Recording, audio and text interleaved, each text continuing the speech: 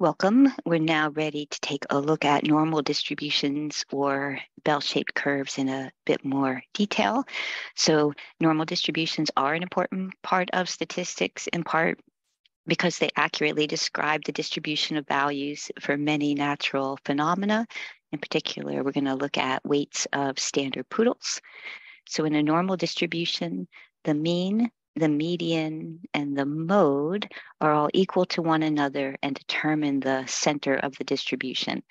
All right, so normal distribution, our bell curve, the mean, median, mode, all three are at the center, but we're going to be focusing on the mean here in this rule called the empirical rule for bell-shaped data. All right, so in any distribution that's bell-shaped, most observations will cluster around the mean. So you can kind of think of the area of the graph. Most of the area is in the center, and then it tapers off equally in either direction. So all normal distributions or bell curves have a mean that determines the center, and then our standard deviation determines the spread of the distribution away from the mean.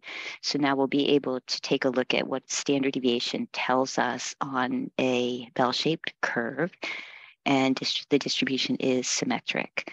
All right, so let's jump into this example. So suppose that weights of standard poodles are normally distributed with a mean of 60 pounds and a standard deviation of 5 pounds. So let's first write down our values with their correct symbols.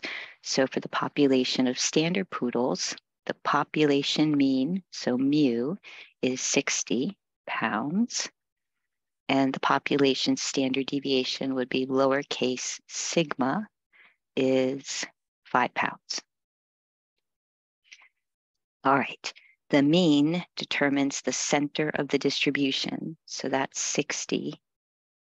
And I'm going to label my axis over here. So X, if I randomly picked a poodle, X would represent the weight of a poodle in pounds.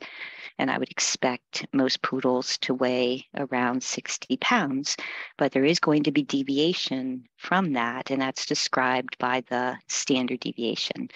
So we'll take a look at what that tells us by applying what's known as the empirical rule for bell-shaped data.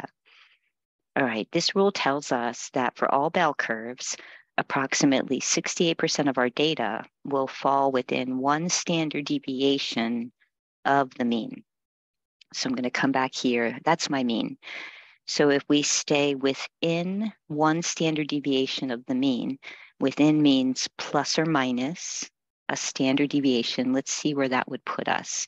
So the standard deviation is 5. So if I add one standard deviation, that next mark, let me scroll up a little bit. So if I add a standard deviation, so this distance is our sigma. So if I add our sigma of 5, that brings me to a 65-pound poodle. And in the other direction, if that distance is sigma and I go down a standard deviation by subtracting 5, that brings me to 55 pounds. So the empirical rule says that about 68% of poodles will fall within that range. So the 68% is just a property of every bell curve. We don't have to figure out how to derive it. This is just called the empirical rule, and this is true for any bell-shaped distribution. All right, let me finish the sentence here then. So now I can tell you about 68% of poodles have weights within one standard deviation of average, the mean, and in particular then between 55 and 65 pounds.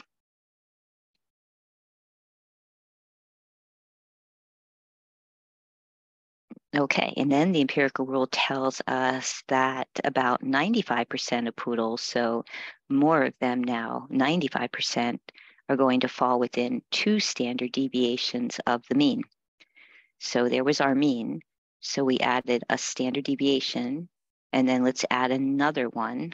So we add another standard deviation, and that would bring us to 70 pounds. And then on the other end, if I go down another standard deviation. That brings me down to 50 pounds. All right, so starting at 60, I moved 1 standard deviation, 2 standard deviations to the right of the mean, 2 standard deviations to the left of the mean.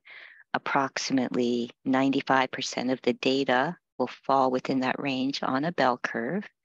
So for our poodles here, about 95% of poodles weigh between 50 and 70 pounds.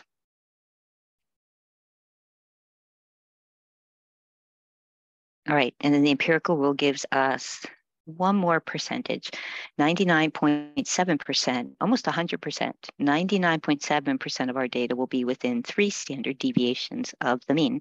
So we're just going to do this process one more time. So 1 standard deviation, 2 standard deviations, 1 more time. So 3 standard deviations. We're always starting at the mean. And again, standard deviation is spread away from the mean. So it's telling us here, if we add another standard deviation, that will be 75 pounds. And on the left, if we go down another sigma, another standard deviation, will be down to 45 pounds. And that is going to represent 99.7% of our data. So almost all poodles, almost 100% of them are going to weigh between 45 and 75 pounds.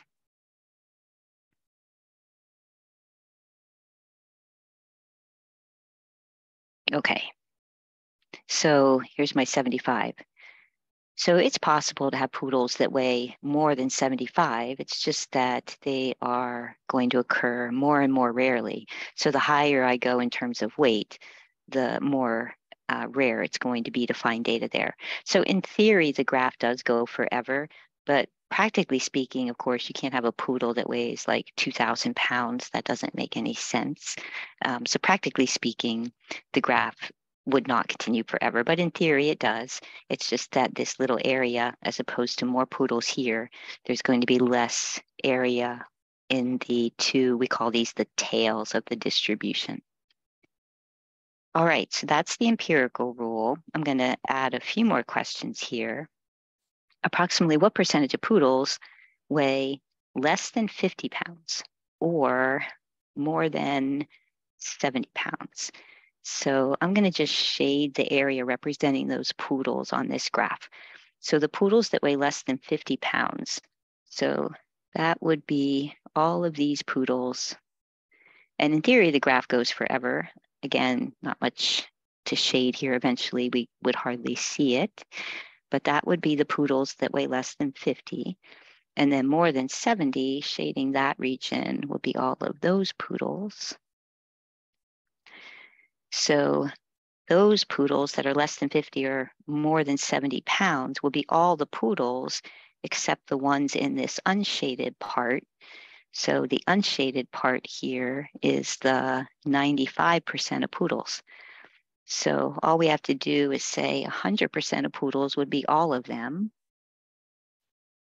And if we don't look at these 95% between the 50 and 70, if we take away those 95% of poodles, that leaves me with just 5% of poodles.